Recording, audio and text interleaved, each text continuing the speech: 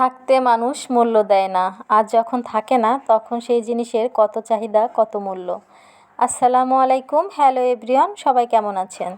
আশা করি আল্লাহর অশেষ রহমতে সবাই অনেক অনেক ভালো আছেন। নতুন আরেকটি ডেইলি লাইফস্টাইল ব্লগ নিয়ে হাজির হলাম। কাছে দূরে যে যেখান থেকে বসে আমার ভিডিওটি দেখছেন সবাইকে জানাই অনেক অনেক ওয়েলকাম।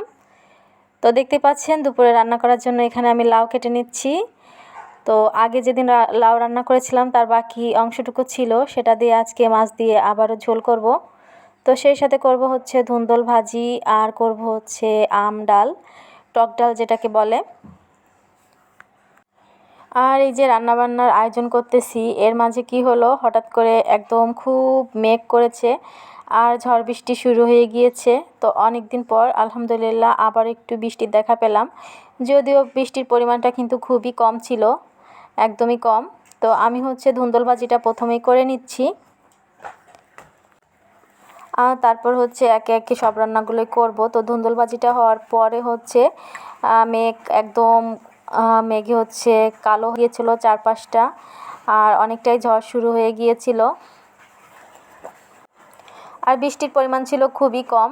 তারপরে অন্তত আবহাওয়াটাকে একটু শীতল, একটু ঠান্ডা হয়ে গিয়েছে, সেটাই আলহামদুলিল্লাহ। আর এদিকে হচ্ছে দেখতে পাচ্ছেন আমি ধুন্দল ভাজিটা কিন্তু অলরেডি বসিয়ে দিয়েছি। আর একটুখানি বাইরে বের হয়ে দেখলাম অবস্থা খুবই খারাপ, যেমন বাতাস ঝড় শুরু হয়েছে। আর এইদিকে ওই যে দেখতে পাচ্ছেন ওইখানটাতে একটা আম গাছ আছে, আর ওখানে হচ্ছে অনেক মানুষ সবাই আম খোঁটার জন্য অপেক্ষা করতেছে। শহরের মাঝে এরকম একটি দৃশ্য দেখতে অনেকটাই ভালো লাগতেছিল। আর আমাদের বাড়ির আন্টিদের গাছে হচ্ছে এবার কোনো আম আসি নাই, আর আমার গ্রামের বাড়িতেও কিন্তু কোনো আম ধরি নাই। সেই জন্য প্রথমে এই কথাটি বললাম যে থাকতে মানুষ আসলে মূল্য দেয় না। আর ঝড় বৃষ্টি শুরু হলে অবস্থা খুবই বেগতিক হয়ে যায়। আমার ছেলে তো অনেক অনেক ভয় পায়। তার ভিতর দিয়ে হচ্ছে রান্নাটাও শেষ করে নিলাম ঝড় বৃষ্টি বাতাস এইগুলার মাঝখান দিয়ে। একটুখানি মেঘ ডাকলে, বৃষ্টি হলে আমার ছেলে খুবই ভয় পায়। সে শুধু বারবার বলতে থাকে, আব্বু কোথায়, আব্বু কখন আসবে। আর তার আব্বু আসলে হচ্ছে তার ভয়টা কেটে যায়। আর এদিকে কি করব, রান্না একটু একটু করে করতেছি, তার ভিতর বিদ্যুৎও চলে গিয়েছে, আর ছেলে তো ভয় পাচ্ছেই। এদিকে টাইমও কম, ওর আব্বু তো হচ্ছে 1টার দিকে চলে আসে দুপুরে লাঞ্চ করার জন্য। তার আগে হচ্ছে আমার রান্নাবান্না শেষ করতে হয়। তো তরকারিটা তো হয়ে গেল, শুধু হচ্ছে আম ডালটা বাকি আছে, ওটাও বসিয়ে দিলাম। আর এদিকে দেখতে পাচ্ছেন কেমন অন্ধকার, একদিকে যেমন বিদ্যুৎ নাই, অন্যদিকে হচ্ছে বাইরেটাও। আর এদিকে দেখতে পাচ্ছেন বাইরের অবস্থাটা একদম কালো হয়ে গিয়েছে, মেঘেতে একদম ঢেকে গিয়েছে। এদিকে আমার ছেলে তো খুবই ভয় পায়, ঝড় বৃষ্টি হলেই কান্না করতে থাকে আর বারবার বলে, আব্বু কোথায়, আব্বু কেন আসে না। তার সমস্ত ভয় কেটে যায় তার আব্বু থাকলে। আর তারপর হচ্ছে রান্নাটা খানিকটা অফ করে রেখেছি, কারণ ছেলেকে টাইম দিতে হবে, ও যেহেতু অনেকটা ভয় পাচ্ছিল। আর সেই এসে হচ্ছে একটুখানি ভিডিও আপনাদের সাথে শেয়ার করলাম। তো আমি হচ্ছে জানালাটা লাগিয়ে দিচ্ছিলাম, বাইরে থেকে অনেক বাতাস আসতেছিল। তো এই অংশটা হচ্ছে দুপুর পর রান্নাও শেষ। তারপর হচ্ছে বৃষ্টি ঝড় সব কিছুই তো আগেই থেমে গিয়েছে। বাইরে বের হয়েছিলাম, তো ওর আব্বু হচ্ছে অফিসে চলে গেল। আর এইদিকে দেখতে পাচ্ছেন এখানে কিন্তু কিছুটা পানি জমে গিয়েছে, অল্প বৃষ্টি হলে কিন্তু এই পানি হয়ে যায়। সাধারণত সন্ধ্যার দিকে, বিকালের দিকে এখানটাতে এসে আমি হচ্ছে বসি। আর এখানে আমার ছেলে একটু দুষ্টামিতে করতেছিল, তো ওই যে হচ্ছে সেই আম গাছটা যেখানে সবাই আম কুড়ায়। আর দেখেন আমি একটা আম পেয়ে গেলাম। তো এই আমটা হচ্ছে পড়েছিল, কেউ দেখিনি, আমার চোখেই বাঁধলো, মানে আমার ছেলে বলতেছে আম্মু এই যে আম। তো আমটা পেয়ে ভীষণই খুশি হয়েছি। দেখেন এই একটা আম পেয়ে আমি এবং আমার ছেলে কত খুশি হয়েছি। অথচ এইরকম আম গত বছর যে কত কুড়িয়েছি, কত নষ্ট হয়েছে আমাদের গাছে। আর এইবার কিন্তু কোনো আমই নেই আমার বাবার বাড়ি গাছে, খুবই অল্প পরিমাণ আছে। তো এরপর হচ্ছে আমটা আমরা ঘরে নিয়ে আসলাম, তারপর আমরা মা ছেলে আমটা কেটে হচ্ছে এখন খাবো। আর এই আমটা কিন্তু সত্যি অনেক মজা ছিল। আপনারা যারা হচ্ছে ধৈর্য সহকারে এখনও পর্যন্ত আমার ভিডিওর সাথেই আছেন কিন্তু একটা লাইক দিতে ভুলে গিয়েছেন, প্লিজ আপুরা মনে করে একটা লাইক দিয়ে দিবেন। আপনাদের একটা লাইক কিন্তু আমার ভিডিওকে আরও 5 জনের কাছে পৌঁছাতে সাহায্য করবে, এবং সেই সাথে কিন্তু এটা একটা শেয়ারেরও কাজ করবে। তো আমরা মা ছেলে মিলে হচ্ছে এখন এই পাকা আমটি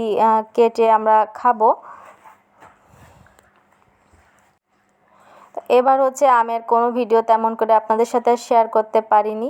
তারপর ইনশাআল্লাহ ঈদের সময় বাড়িতে যাব, কোরবানির ঈদের সময়, তখন গিয়ে আপনাদের সাথে যতটুকু সম্ভব আমাদের গ্রামের ভিডিও শেয়ার করব। আমার আপুরা আশা করি আমার গ্রামের ভিডিও অনেক অনেক পছন্দ করবেন। আমিও অপেক্ষায় আছি কবে একটু বাড়ি যাব। ইদানিং মনটা একদমই ভালো লাগে না, এখানে যেহেতু কথা বলা তেমন কেউ নেই, বাড়িতে গেলে একটু ভালো লাগে।